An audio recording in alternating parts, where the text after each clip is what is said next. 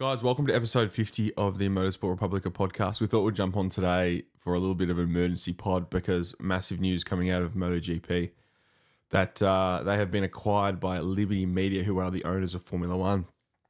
What are your thoughts, James? Man, this is massive. Like, we thought, okay, it could have happened, but now it actually has happened. I don't know what to make of it. I think it's really good. There's a lot of funny memes that come out about it. But I think overall it's going to be great for the sport. It's just so crazy. It came out on April Fool's Day. So like I was posting stuff about it on the Republica page. I was like, I don't know if like I'm just getting trolled right now, but it doesn't seem to be. I think there's going to be a lot of changes coming. We'll see some growth in the sport. We'll probably see a Netflix series, you would assume.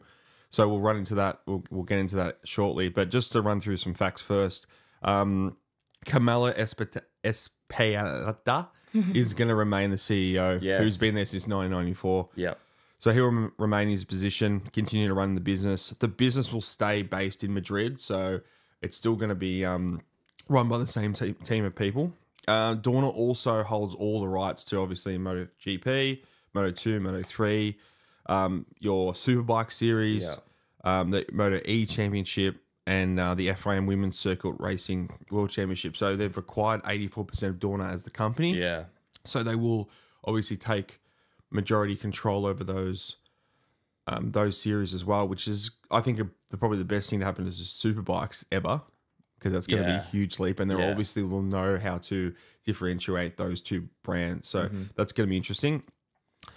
What does this mean for MotoGP? I think we'll run off with that first. I think you got to look back to Formula One. Formula One was established in Europe, but what it did for F1 is it brought it to the United States, to Australia, to Canada, and more of those I guess Western regions, I guess you want to call it. So it's probably going to be jammed down people's throats in the United States mostly, and then Australia, Canada, all those types of places as well. So who knows if it's going to take... Everyone's quick to judge that MotoGP is going to go on the same trajectory as Formula One. Look, it might. There's a lot of positives that comes out of that. But look, it might be a slow burn as well. Like, there's a lot of competition out there these days for sport on Netflix and those shows. So F1 was the first one to really do it, and that's why it's huge. So it's going to be interesting to see how Liberty Media play with MotoGP and World Superbikes now. Yeah, I definitely think World Superbikes needs a shake-up. Looking back at even looking at the calendar, for instance, there's one race outside of Europe. I mean, they need to grow that. If they're going to grow the sport, they have to grow it outside of Europe. Yeah. Because we all know money in the Middle East and in America, it's where the money is. Not saying there's not money in Europe, but like you can see the growth with sport over the years with F1 and how that's happened. So that's going to be interesting. The first thing I thought of is the places like Phillip Island. How's that going to go going into the future? Yeah. Where it's a long way to come here. Not a huge amount of fans attend because obviously it's the geographic location of the place. Obviously, it's arguably the best circuit on the calendar, but are they going to choose to come all the way to Phillip Island for 100,000 people race weekend, or will they choose to go to a big place in America? Well, look, I think they're going to do both. To be honest, I think they're going to go to Australia. I think no matter what, it's different. We've got too much history in the sport. We've got heaps of past world champions. For that argument, Phillip Islands, look, it will obviously need infrastructure updates. Like, if the thing is, money talks though. So if the fans are there, then they're going to keep it. And I just don't know if you can try and compare it to Formula One just yet. It's just way too early to call. Yeah, some news came in overnight that going towards Formula One is Spa is going to be replaced by a Chicago Formula One Grand Prix That's fucking crazy if that's coming out. in 2026. So you look at those historic tracks, and I hope that they don't come to the same fate. I mean, that's not fact yet. I'm just it's rumor They've mill. talked about that before though. They have. That's crazy. That is crazy. But again, it's different as well because we can't race on street circuits. Yeah, exactly. You know, so those historic tracks. Not yet. Yeah, not yet. Not yet. But That's a story for another day. Yeah, that's all right. But those historic tracks in motorcycle racing, like, you got to have them because of the runoff, because of the safety aspect. Another fact I found fascinating, and we were going over this the last couple of days, was Formula One acquired Dorna. I think it was for $3.5 billion. Liberty Media. Liberty Media, so acquired Dorna for $3.5 billion. Valuing the company about $4.5 billion. And that's where Formula One were bought for back in 2017. Yeah. So you can see the growth in how Formula One is now, I think, a $30 or $40 billion company. Most prestigious, probably, motorsport company. Well, definitely in the world, easily. And company in the world now. So we'll see where it goes. And it's exciting. And something that I thought of straight away was having a F1 MotoGP on the same weekend. I think that has to be that's guaranteed, isn't it? Yeah. Yeah, and it's probably going to be Coda. Yeah. If it was going to be, if I was a It would betting make sense, man, wouldn't it? It'd be Coda. I think they got the facilities there. Like, they've definitely got, the space for fans. I don't know how you're going to fit all those fans in, but I reckon a few years down the line, that's exactly what's going to happen. Yeah, Coda or a Silverstone would be the two. Yeah, good call. With Silverstone as well, they've got the two pit garages. They've got one on the pit straight, and then I think they still run the one in the old pit straight as well. They do. I think MotoGP now go on to the Formula One pit straight. They've done both. Yeah. They've done both, Yeah. funny enough. Yeah, that's a good point. You've obviously watched Formula One more in-depthly than me over the years. When did you start seeing changes from Formula One through the Bernie Ecclestone days to Liberty Media taking over? Obviously, when did they take over? Was it 2017? Yeah, so they were acquired in 2017, and it probably took a couple of years for the changes to happen. I mean, I remember I'll give you some funny facts. I remember, like, sort of 2010 to 2014, Formula One didn't even have a Facebook page. Yeah, I remember that, actually. Like, yeah. And so they didn't take it to the next step with social media. True. And then, boom, ever since that happened, you saw a huge amount of changes to things like social media. And then, obviously, the best thing ever to happen to Formula One was that 2021 World Championship. Yeah. Because that just solidified everything that was going on with Drive to Survive, the popularity of the sport. Like, yes, 2020 was going to be a big year, but obviously COVID hit. Yeah. That's after Drive to Survive, sort of, really. But then, boom, 2021 happened. Yeah. Crazy amount of people. And that 2021, 2022 just grew from there. So, look, I think for the person who's on the fence who watches it every now and then, it's going to be a really good thing. It's really the diehard fan that has seen Formula One grow to this spectacle that it's sort of become, you can't even go and watch it anymore without braving the fans and all that kind of stuff. Yeah.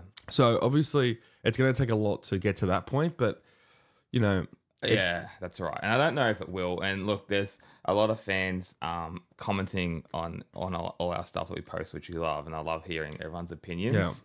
Yeah. Opinions are great. Opinions are great, no matter what really they are. I think it's ultimate, and I'm a diehard MotoGP fan, but I think you got to look at this as positive. Like, I think change is good.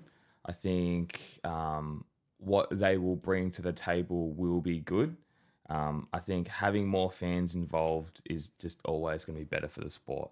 And I just have a feeling it's not fully going to go down that Formula One route. I think MotoGP is just a little bit more nitty gritty. You can't do the street circuit stuff. Yeah. How they play it obviously is going to be interesting, but I wouldn't be freaking out about it. I think it's only going to be good things.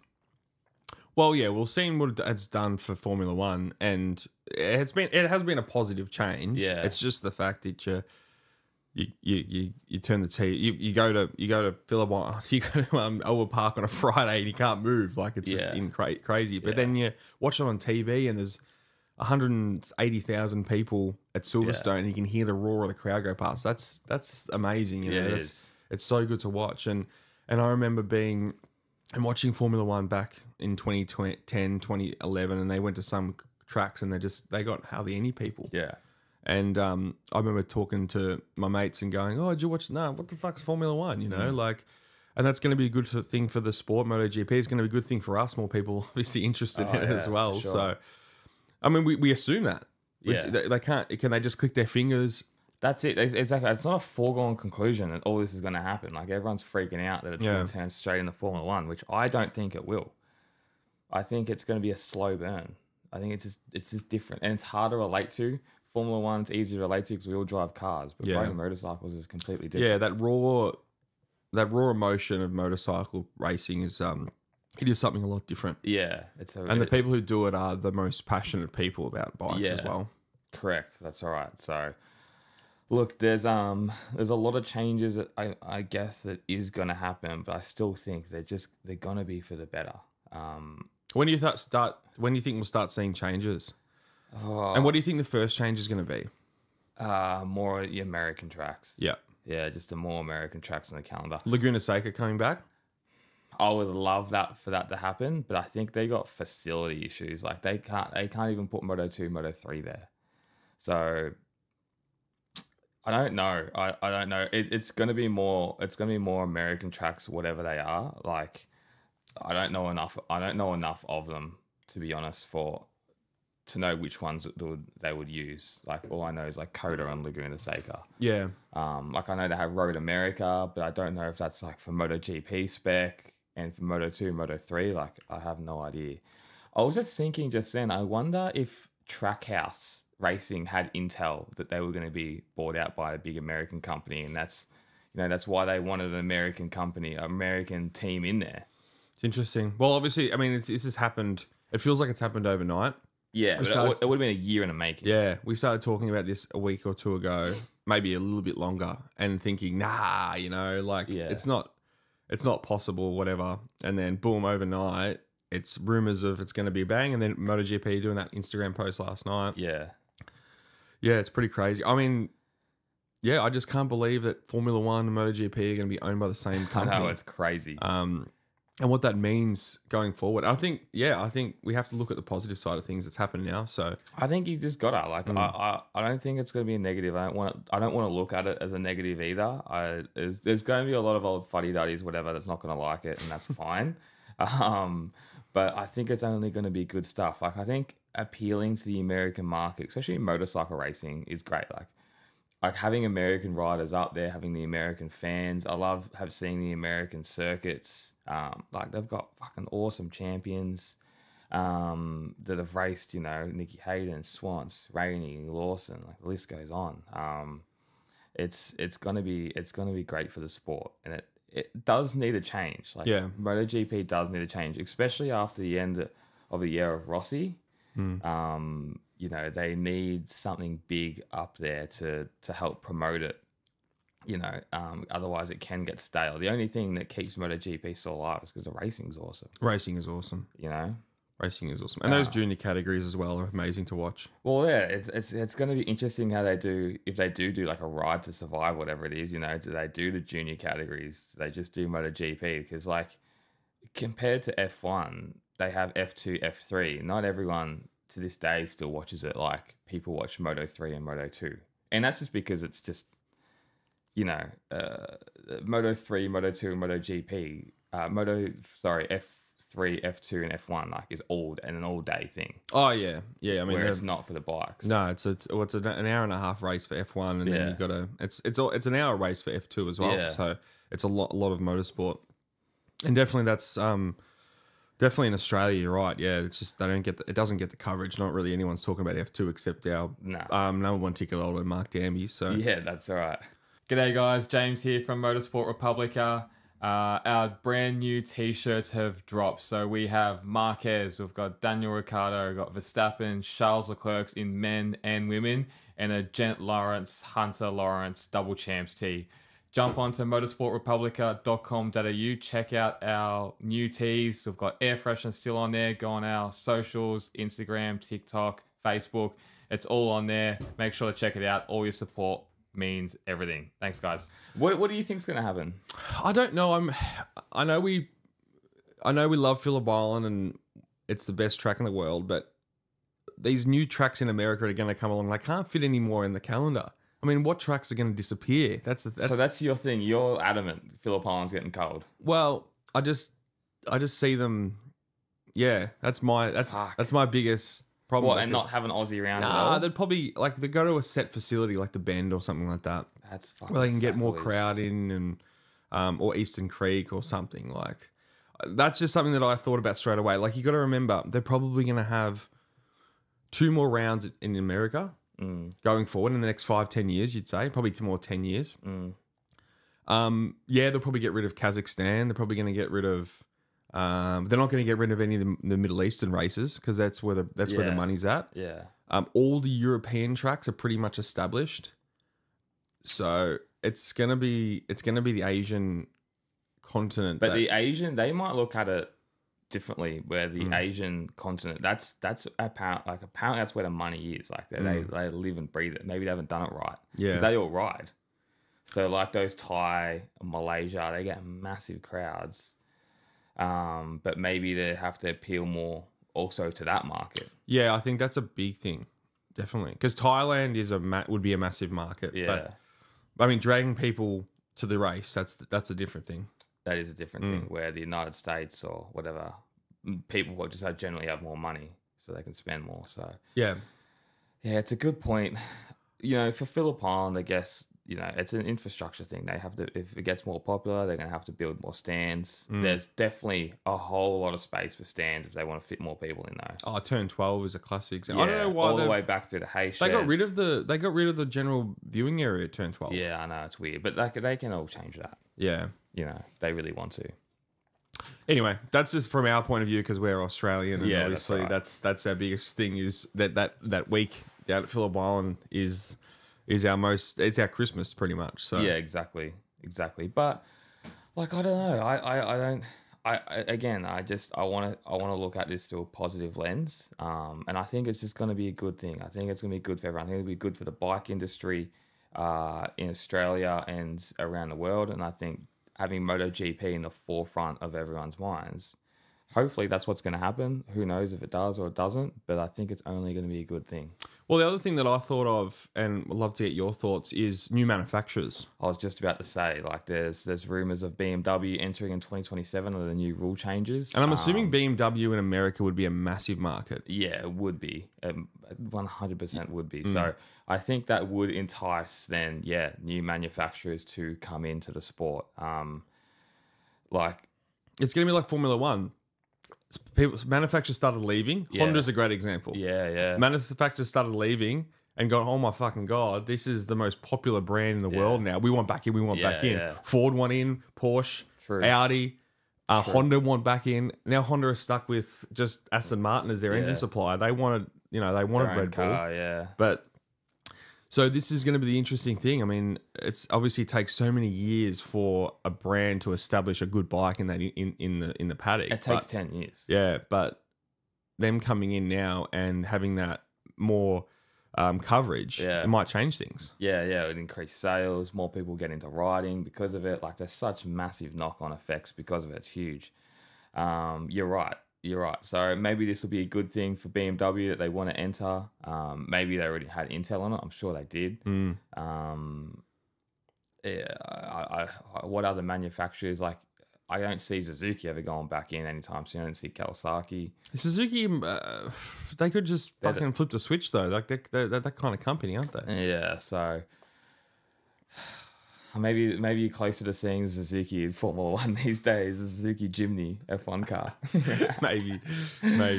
But yeah, I'm not too sure. But yeah, it's interesting times, and it's it's good timing. I think it is good timing. I don't think the thing with F1 and what people compare it to is it just had it was bought at the right time and then exploded through COVID. Like COVID was just what propelled it. Everyone was at home watching fucking Tiger King and Drive to Survive.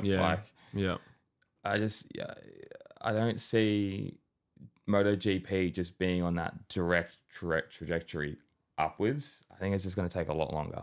Yeah, I remember thinking back when Liberty Media took over, and the takeover sort of started into 2017, 18, 19. Like that's when they fully established in the paddock, and then boom, COVID hit. I remember thinking, fuck, they've made a massive fucking problem. Yeah. There's a massive shows what we mistake know. here, and then like the viewership would have just been insane. Did you notice watching it through like 18, 19 that the crowds were going up? Like, did you take any notice of that with Formula One because of Liberty Media and Drive to Survive, or was it only after like through COVID? No, I definitely got. The thing is, you got to remember, those were the dominant years Mercedes. So there was 2016 Rosberg won the championship, which was a big shock, and then 17 Hamilton won it again. 18 Hamilton won again. So it was like, oh God, it was getting... And then somehow Max Verstappen, and I think the other thing is we got a big... Like Max Verstappen came in and was the only one who was actually making it exciting. Yeah. So he came in 20... And then 2019 and 2020, he was winning some races. Yeah. He was competing. They still didn't have the raw speed. And then 2021 came about and then just absolutely... snagged the championship. Yeah, and the craziest way possible. Do you remember Silverstone that year when Hamilton and Verstappen collided? Yeah. Remember the crowds? Like, yeah. huge amount of crowds, yeah? And everyone came out post-COVID and wanted to be at live sport, and they still do. Yeah. The crowds for everything has been the biggest. Like, you look at Taylor Swift concerts, you look at the Formula One, you look at footy. Yeah, tennis. They've got the biggest, everything's biggest crowds. Everyone wants to go out and watch live sport. They took it away from them in 2020, 2021, especially in this country. And when you take something away, people want it more and more and more. So, I mean, you look at traveling like the people going overseas more than ever. That because it's people go, oh, you took it away from me. I want to do it more. So.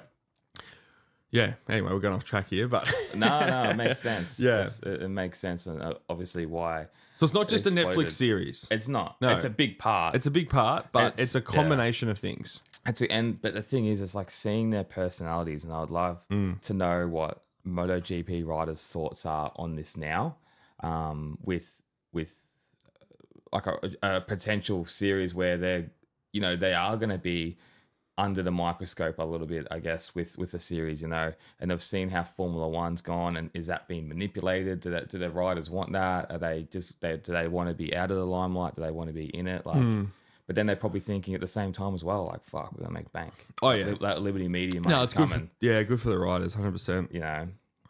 More fans. Like, I wonder. Okay, just for fun, like they do. A ride to survive. I wonder which fans they're gonna cling to the most, which rider. Yeah, I think that they're really on the brink of the female audience. Like, is just so huge. So it's gonna be your Quadraros. It's gonna be those riders that have the personality, the sexiness. You should be in it. I should be. That's going to be the big thing. And we saw Owen Park this year. I mean, these female, they're just fanatics, like it's just crazy. So, and it's not the glamour models walking into the paddock. It's that's right. It's the chicks wearing the merchandise, the hats, the Swifty F1 fans, the bracelets, the flags, and crying when they're meeting people. Yeah, like it's crazy. It is so different. So, that happened pre Drive to Survive, but nowhere near to the same extent. And yeah, you're right. Like the glamour's always been in the sport, like you touched on last week. But the big difference now is these fanatical fans from a whole different aspect of watching the race. I mean, yeah, they love watching the race, but it's the personality they fall in love with. It's good. It's the 100% the personality, and whoever can capture that first is going to be an absolute megastar. Well, Plus, you Bagnai's have just to going to be good. left behind. Like, Yeah, I don't know. Like, yeah, maybe, but people still gravitate to a champion. people like Jack Miller.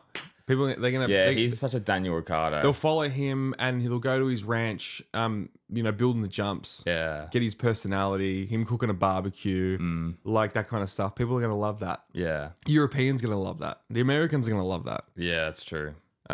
So yeah, it's It's true. He would be a big one if he's still around. yeah, exactly right. Pedro Acosta's gonna be a massive. He's a personality. huge, Like yeah. he'll be the face of it. He will you be. know? Like, Yeah, it's going into his era now. But yeah, it's gonna be great. Like I'm looking forward to it. They're gonna do it. Obviously, it sounds like they'll do a series. Like why wouldn't you? It's gonna make money. So What Yank riders we got coming through the system? Because that's going to be a big thing for them. this is where we need Daniel. He's good at this. Logan Sargent, for instance, wouldn't have a ride. No. Sorry, wouldn't have a drive with Williams if it wasn't for Liberty Media. Correct. It'd be like Joe Roberts. You got Garrett Gerloff, who's in World Superbikes, but like he's still a bit off the pace. So realistically, Joe Roberts, yeah. And he got seconds at Portimao, second, third. So he had a really good ride, and he's probably the main one. Like a few Americans lately have tried to crack it, like Josh Herron back when the Marquez days in Moto2, but just got fucking murdered in that Moto2 field. So it's cool with John Hopkins and his like American racing team. Like they've got more of that now, but yeah, they're gonna need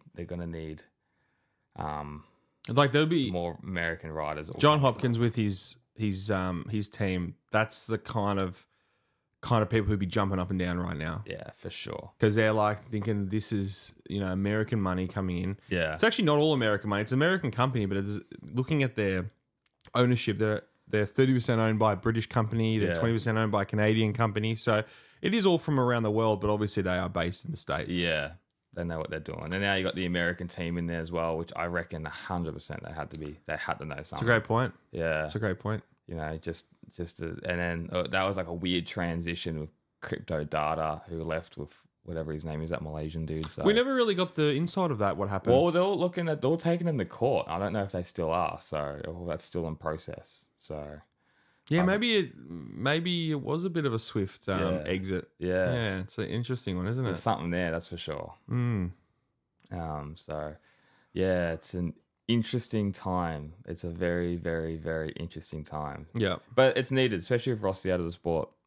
Having those extra eyes is going to be good. Like, remember Mugello after Rossi left? It was like half a capacity. Yeah.